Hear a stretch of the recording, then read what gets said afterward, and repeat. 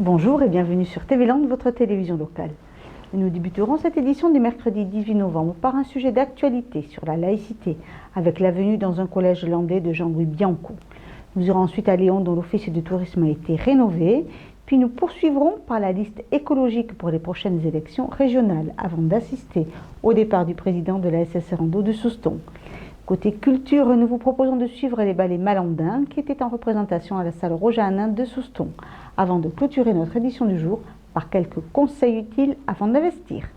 Jeudi, un de nos journalistes était présent lors du déplacement de Jean-Louis Bianco, président de l'Observatoire de la laïcité. Un sujet qui nous rappelle les fondements de notre société pour le bien vivre ensemble. Depuis l'an dernier, les classes de 6e Action citoyenne ont travaillé sur la laïcité, des ateliers et des projets qui ont été présentés au président de l'Observatoire de la laïcité. Ce sont évidemment des actions formidables. Je suis impressionné de la qualité du travail qui a été fait, de la justesse aussi de ce que disent les enfants qui ne sont pas âgés. C'est des 6e que nous avons vus sur des sujets qui ne sont pas évidents. Ils se sont appropriés avec leurs professeurs la question de la laïcité. Donc c'est formidable et c'est extrêmement encourageant parce que ça montre qu'on est en train de former des citoyennes et des citoyens qui seront armés dans la vie pour vivre ensemble de manière harmonieuse et pour faire porter haut les valeurs de la République. C'est vraiment une marque d'encouragement, c'est comme ça que nous le vivons. C'est vrai que depuis l'année dernière, nous avons lancé ce projet. Une nouvelle pièce se prépare cette année. On travaille avec la compagnie du Théâtre des Demain. Nous pensons que le théâtre est un moyen d'expression intéressant pour les élèves. Et donc au-delà du jeu de scène et du jeu théâtral, ce qui nous importe, c'est que le texte travaillé soit un texte qui fasse prendre conscience aux élèves de l'importance de la liberté, de l'égalité, de la fraternité. Symboliquement, les élèves et Jean-Louis Bianco ont inauguré l'arbre de la laïcité, orné d'un ruban tricolore et de messages représentant le triptyque républicain et la laïcité, des valeurs plus que jamais d'actualité. On en a beaucoup parlé, notamment depuis le 11 janvier. D'une certaine manière, je me réjouis qu'on en parle, parce que comme ça a été dit par un comédien qui a conduit une pièce de théâtre, la laïcité c'est comme l'amour. Quand ça va, on n'y pense pas, et c'est quand elle manque qu'on s'aperçoit à quel point elle manque. Finalement, ça n'est pas si compliqué que ça, la laïcité. Moi, je la définis en 3 principes simples. Premier principe, la liberté. Liberté de croire ou de ne pas croire. Liberté de changer de religion. Liberté de manifester ses convictions religieuses comme politiques, syndicales ou philosophiques dans la rue, dans l'espace public, pourvu qu'on ne dérange pas les autres, pourvu qu'on ne trouble pas l'ordre public. Donc c'est une liberté. 2, c'est une égalité. L'égalité de tous les citoyens et de toutes les citoyennes devant le service public. C'est pourquoi les agents du service public doivent être neutres. Ils ne doivent pas manifester leurs préférences religieuses, philosophiques ou politiques. Et puis c'est la fraternité, ce qui fait qu'on vit ensemble et ce qui fait qu'avec nos différences, au-delà de nos différences, il y a quelque chose qui les rassemble toutes et qui nous permet de vivre ensemble en bonne intelligence, c'est la citoyenneté. C'est le fait que nous sommes tous et toutes des citoyennes et des citoyens à égalité de droits et de devoirs. Donc liberté, égalité, fraternité, on retrouve évidemment la devise républicaine. L'Observatoire préconise d'ailleurs un effort d'information et de formation pour comprendre et faire vivre la laïcité au quotidien. C'est une notion qu'on avait un peu oubliée et nous appelons l'Observatoire de la laïcité à un gigantesque effort, mais qui doit toucher tout le monde. Les citoyens, d'où l'importance de comités comme Laïcité 40. Évidemment, l'école, qui est au cœur de la transmission des valeurs. Et il y a un énorme effort qui est fait. Il y a 1200 formateurs de formateurs qui ont été mis en place. Il y a des référents laïcité dans toutes les académies et bientôt dans tous les établissements scolaires. On va former 300 000 enseignants à ces questions de laïcité de manière pratique. Qu'est-ce qu'on fait dans telle situation conflictuelle? Mais nous appelons aussi au même effort et qui est en cours pour les collectivités locales, pour les élus locaux nationaux, pour les syndicalistes, pour les managers. C'est toute la société qui doit se former, qui doit débattre, qui doit s'approprier la laïcité. Le mouvement a un peu tardé. Nous le souhaitons depuis notre création, il y a bientôt 3 ans. Le mouvement, je peux le dire, est vraiment en marche, et notamment dans l'éducation nationale, et notamment avec des exemples comme celui que nous venons de voir ici dans ce collège.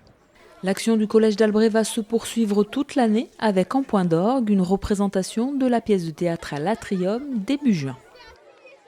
Un rappel bien utile en ces jours de grand trouble. Plus léger, samedi dernier, les Léonnais étaient fiers d'inaugurer leur nouvel office de tourisme dont les travaux se sont achevés en mai dernier. L'office du tourisme d'un village est souvent le lieu incontournable pour un voyageur. Il était donc important pour la municipalité de Léon d'en faire un lieu agréable et rénové. Alors au départ, moi je l'ai connu dans ma jeunesse, c'était la mairie. La première chose, ça a été la mairie. Et ensuite, ça a été l'office de tourisme, le syndicat initiative, comme on disait à l'époque, qui était là. Et l'ancien office de tourisme était à la même place. Donc quand nous sommes arrivés, que nous avons vu dans l'état de délabrement qu'avait ce bâtiment, il fallait à tout prix faire quelque chose. Donc on a fait une rénovation totale du bâtiment. On a commencé les travaux en décembre 2014 et nous avons terminé juste juin 2015, juste avant la saison. C'est exactement la même architecture extérieure, intérieure non bien sûr, mais extérieure c'est quand même un bâtiment qui est classé, donc on ne pouvait pas quand même toucher, à part un petit peu de peinture, refaire les volets, voilà, pour garder quand même la même architecture extérieure. 6 mois de travaux possibles grâce à l'EPIC, qui regroupe tous les offices de tourisme de Côte-Land Nature. L'office de tourisme Côte-Land Nature est structuré selon les modalités d'un EPIC, c'est-à-dire un établissement public, industriel et commercial. Ça fonctionne, si vous voulez, comme une collectivité locale pour organiser l'activité tourisme qui va dans le sens de la loi NOTRe qui va sortir, puisque aujourd'hui il est indiqué dans cette loi qu'il est conseillé de recourir à un office de tourisme communautaire, public, pour mutualiser toutes les forces. Et puis pour travailler notamment aussi sur la qualité, et c'est ce que nous avons fait puisque nous avons obtenu la première catégorie cette année et nous en sommes très fiers. Un gage de qualité difficile à obtenir. C'est-à-dire qu'on regarde tout, comment on accueille les personnes, comment on les informe, comment fonctionnent nos établissements, est-ce qu'ils sont équipés en termes justement d'accueil des handicapés, enfin tout ce qui est nécessaire aujourd'hui pour faire pour offrir un service de qualité. Et donc ce travail est très long, il y a également tous les protocoles à mettre en place, il y a également la numérisation qui est très importante puisque nous avons de nombreux sites, donc il y a tout ça à suivre. Et dès lors qu'on a rempli tous les critères, on obtient une catégorie. Et la première catégorie est très peu partagée en quelque sorte, et c'est pour ça qu'on en est fiers, puisque sur les Landes, par exemple, il n'y a que 7 offices de tourisme aujourd'hui avec nous et qui en bénéficient. Coloré et moderne, ce nouvel office de tourisme a déjà commencé à faire ses preuves. Ah oui, tous les retours que l'on a, même de Léoné, c'est que maintenant on a vraiment un bel office de tourisme, on a vraiment mis les moyens pour accueillir les touristes dans notre village. Il ne faut pas oublier que c'est quand même les touristes qui font vivre une bonne partie de la population. J'en suis fier parce que c'est vraiment la première réalisation. Les autres vont suivre, mais celle-là, je pense que c'est celle qu'il fallait faire en premier qui était prioritaire. Bien comme je l'ai dit au départ, elle n'était pas dans notre programme, mais on devait se doter d'un bel outil. Et voilà, et c'est vrai qu'elle annonce les prochaines réalisations que nous allons faire. En vue des élections régionales, représentants écologiques du département, de la région et du Sénat étaient à Montfort-en-Chalosse chez un apiculteur pour parler de leur programme. Nous avons rencontré la tête de liste, Françoise Coutan.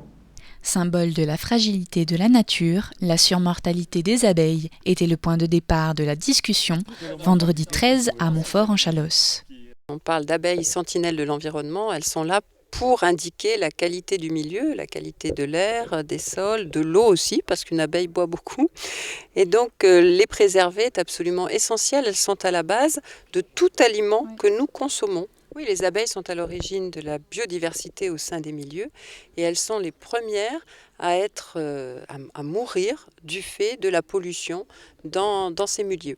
Et en particulier la pollution par les pesticides et les neurotoxiques qui les attaquent en priorité, mais détériorent aussi notre environnement. Et nous proposons à l'échelle de la région de modifier le modèle agricole en allant petit à petit avec les chambres d'agriculture, avec les GAB, avec l'ensemble des acteurs du monde agricole, aller vers une conversion des petites et moyennes structures agricoles vers l'agriculture biologique. À l'origine de la loi Labbé, qui interdit l'usage des pesticides dans les espaces publics et chez les particuliers, le sénateur écologiste Joël Labbé était présent pour soutenir la candidate. C'est un sénateur écologiste de Bretagne qui vient ici dans les Landes et précisément en Chalosse soutenir la liste régionale Europe Écologie Les Verts emmenée par Françoise donc, et puis pour le département des Landes par Laurence. Ce que je prône, c'est le retour à une forme d'agriculture qui respecte les équilibres, qui produit des produits de qualité, respectueux de l'environnement et de la santé humaine également. Alors il y a eu des des expériences qui ont été menées et d'ailleurs des expériences de terrain même qui fonctionnent, à savoir que l'agriculture peut se passer de ces pesticides et engrais chimiques excessifs, oui.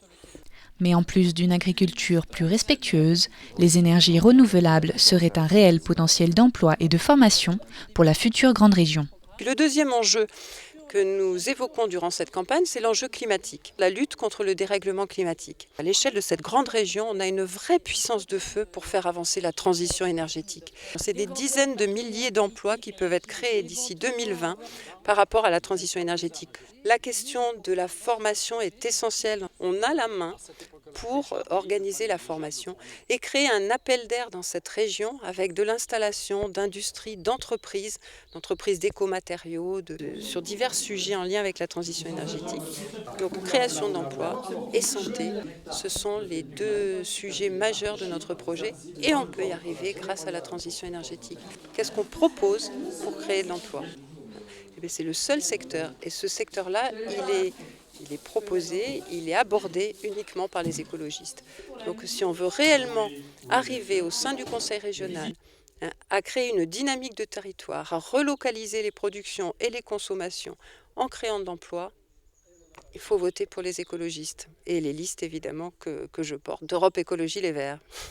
Un pot de départ pour l'un des premiers randonneurs de Souston était organisé ce vendredi 13 novembre. Monsieur Michel Fontaine, il a laissé sa place au nouveau président de l'association ASS Rando pour prendre une retraite bien méritée. Au-delà d'être président de la SS Randonnée et depuis plus de 40 ans un ami personnel, et j'avais beaucoup de plaisir à être là aujourd'hui avec lui et aussi beaucoup d'émotion parce que voir un type comme ça qui arrête, ça fait quelque chose lorsqu'on l'a suivi parce qu'en plus d'être un ami, en plus d'être quelqu'un d'engagé, en plus d'être un syndicaliste, c'est un type bien. Amis, famille, randonneurs, une centaine de personnes présentes à la salle Rouchéou pour rendre hommage au président de l'association ASS Rando de Souston qui a fêté son départ vendredi soir. Monsieur Fontaine, un homme qui a créé le club il y a déjà 13 ans, se remémore aujourd'hui de vieux souvenirs autour d'un verre et de quelques cadeaux. Je vous remercie tous pour ceux qui m'ont suivi, que je n'ai pas perdu. Si on se perdait, c'était ensemble quand même, tous ensemble. Le meilleur moment, moi, c'est quand on balisait du côté de Seigniors-sur-le-Penon. Et puis, à un moment donné, on arrive, on avait balisé, obligé d'enlever tout le balisage parce qu'on s'était trompé à un carrefour. Il y avait deux carrefours qui avaient deux chaînes de liège qui pentaient comme ça dessus. Et on est parti sur un chaîne de liège, mais on n'est jamais arrivé à l'autre. Et ça, c'était extraordinaire, quoi. Il a fallu repasser tout ça derrière et au lieu de finir pour midi au balisage, on finissait à 15h. Ouais, ça arrive. Mais ça, c'est l'aventure, ça. L'occasion aussi de passer le relais au nouveau président qui maintiendra le club en mettant en place quelques nouveautés. C'est comme un club où maintenant il y a 105 personnes, donc ce qui veut dire que ça répond quand même à, je pense, à beaucoup de personnes qui sont satisfaites de ce qui se fait. Donc dans les nouveautés, c'est plutôt dans l'accès 1, festivité, rando, et 2, monter un petit peu plus haut dans nos randonnées. Voilà. Maintenant, c'est une nouvelle équipe, il faut qu'elle se mette en place. Ce sont des gens qui ont envie de s'investir, je le pense et j'en suis sûr. Donc on va essayer de voir comment on peut faire. Maintenant que nous réserve l'avenir, d'ici là on aura d'autres idées et on essaiera de les développer au fur et à mesure. Voilà. Mais on s'interdit rien dans l'association de randonnée de Souston. Une nouvelle étape qui commence où l'ancien président gardera tout de même un pied à l'étrier. Mais nous aimerions que tu restes chez nous en tant que président d'honneur. C'est un vrai poste s'il veut s'y mettre et je crois qu'il saura le faire. Ça veut dire être le transmetteur d'expérience, être celui qui dit les conseils, les bons conseils, qui évite les erreurs comme il peut y en avoir dans toute association. Et je suis persuadé que ce rôle-là, il le fera à merveille. Le Malandin Ballet Biarritz revenait à Souston pour un nouveau spectacle.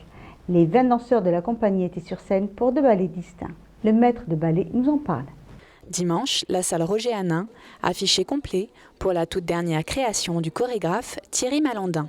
Et on a créé des ballets magnifiques comme Magnifique, Cendrillon, Roméo Juliette, des grands titres qui marchent partout et on fait le tour du monde avec ces ballets-là.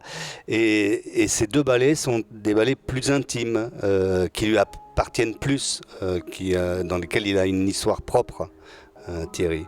Et donc c'est quelque chose qu'on aime particulièrement danser, nous, les danseurs en tout cas, et proposer aux spectateurs. Nocturne et Estro sont 2 ballets distincts, 2 univers différents. En effet, ce sont 2 ballets très distincts, Nocturne ou Estro. Thierry Malandin, c'est quelqu'un qui est issu de la danse classique. Et les gens de la danse classique ont baigné dans la musique de Chopin depuis tout petit. Et donc, je pense qu'il a eu envie de faire quelque chose sur ces nocturnes qui sont absolument magnifiques. Puis il a vu un jour une image, au Moyen-Âge, il y avait des images comme ça de gens qui étaient les uns derrière les autres comme des fresques et qui partaient, qui étaient sur le chemin de la mort, sur le dernier chemin. Et on les voyait se tenir la main et puis il s'est dit, tiens, c'est vrai que sur le chemin de la mort, on est tous égaux. Les pauvres, les riches, les noirs, les blancs. C'est le seul moment où on est tous égaux. Et ça l'a inspiré, voilà, Chopin, ce chemin-là. Et il s'est dit, je vais faire un ballet sur nos dernières conversations, nos dernières envies et notre chemin. On verra ce ballet qui arrive, qui part d'un côté de la scène et qui s'en va de l'autre. Et c'est ça, c'est une tranche, la dernière tranche de vie nocturne. Estro, c'est très différent. Estro, c'est un ballet qui lui ressemble parfaitement. Quand il était danseur, j'étais danseur dans la même compagnie que lui. Et il y avait un ballet d'un monsieur qui s'appelle John Cranko, un Américain qui travaillait en Allemagne. C'était un ballet qui s'appelait Estro, l'Estro Armonico sur les musiques de Vivaldi, des concertos pour violon. C'était un ballet extrêmement difficile pour les garçons. On avait du mal à aller au bout. Et un jour, Thierry, sur scène, il s'est dit, un jour, si je suis chorégraphe, je ferai un ballet sur cette musique-là et je ferai en sorte que les danseurs soient le plus heureux possible à danser cette pièce. Les tableaux mêlent les styles, salsa, rock, le ballet Malandin a son propre langage chorégraphique. Thierry Malandin, c'est un danseur, il a été danseur classique, il se considère comme chorégraphe classique, parce qu'il s'installe dans une tradition de la danse classique. Cependant, il a son propre langage et il a aussi sa propre façon d'aborder la musique et on peut considérer qu'en fait sa manière de proposer son art est plutôt contemporaine. Mais on reste quand même fidèle à une tradition de construction classique. Et donc voilà, c'est un classique contemporain ou un contemporain classique, je ne sais pas comment le définir. Le Malandin Ballet Biarritz à Souston, 2 ballets, un succès. Voici dans nos séries Les tutos de la conso quelques conseils utiles pour bien investir. Explication. Avant d'investir. Tout au long de la vie, chacun a des projets et des besoins à financer. Avant de placer votre argent, vous devez définir votre besoin d'épargne en répondant au moins à 3 questions. Quel est l'objectif de votre placement? Par exemple, constituer un capital en cas de besoin, financer les études de vos enfants, préparer votre retraite. Quel est votre horizon de placement? C'est-à-dire la date à laquelle vous aurez besoin de votre épargne. Et quel niveau de sécurité souhaitez-vous pour votre épargne? Plus le rendement d'un placement est élevé, plus le risque est important. Alors demandez-vous si vous souhaitez absolument que votre capital soit garanti ou si vous êtes prêt à prendre des risques pour gagner davantage. Après avoir défini votre besoin, vous pouvez vous renseigner auprès d'un conseiller financier. Il vous posera de nombreuses questions pour mieux vous connaître et ainsi vous faire des recommandations adaptées à votre situation. Par exemple, il vous interrogera sur votre situation financière, vos objectifs de placement ou encore vos connaissances et votre expérience en matière financière. Il est donc important de lui répondre de façon précise et sincère. Lorsque le conseiller vous fera des propositions de placement, montrez-vous actif et posez-lui des questions précises concernant la garantie du capital placé, la durée du placement, la possibilité d'un retrait anticipé de l'argent placé et les pénalités correspondantes, les frais au départ, chaque année ou à la fin du placement, la fiscalité. Avant de signer, donnez-vous le temps de la réflexion et lisez attentivement la documentation que le conseiller doit vous remettre. Ne vous limitez pas aux documents publicitaires. Et surtout, n'investissez pas dans ce que vous ne comprenez pas.